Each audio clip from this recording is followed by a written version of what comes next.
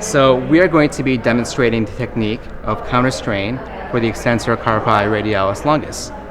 Now this is an indirect technique, which means we're moving into the position of ease, and it's also a passive technique because the practitioner is doing all the movement of the muscles.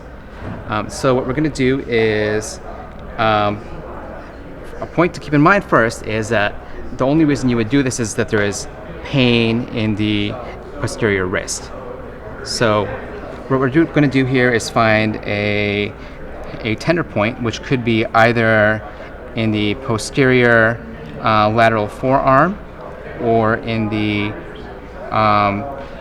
posterior wrist, sort of in the dorsal region here. So I'm going to go back here and find a palpation point that may be tender. Is this tender here? Yes.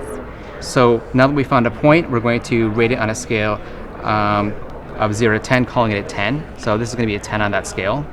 And now we're going to extend this arm. The elbow was extended. Now we're going to extend the wrist, and we're going to radially deviate the wrist. And now we're going to ask if that pain has decreased at all on that scale. Where is that pain on that scale of 0 to 10? It's a 2. Excellent. So since the pain is now below a 3 on that 10 scale, we're going to hold this position for 90 seconds.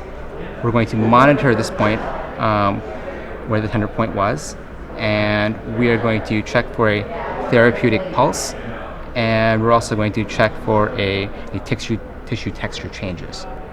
Now once those 90 seconds are up, we're going to bring the arm back to a neutral position passively.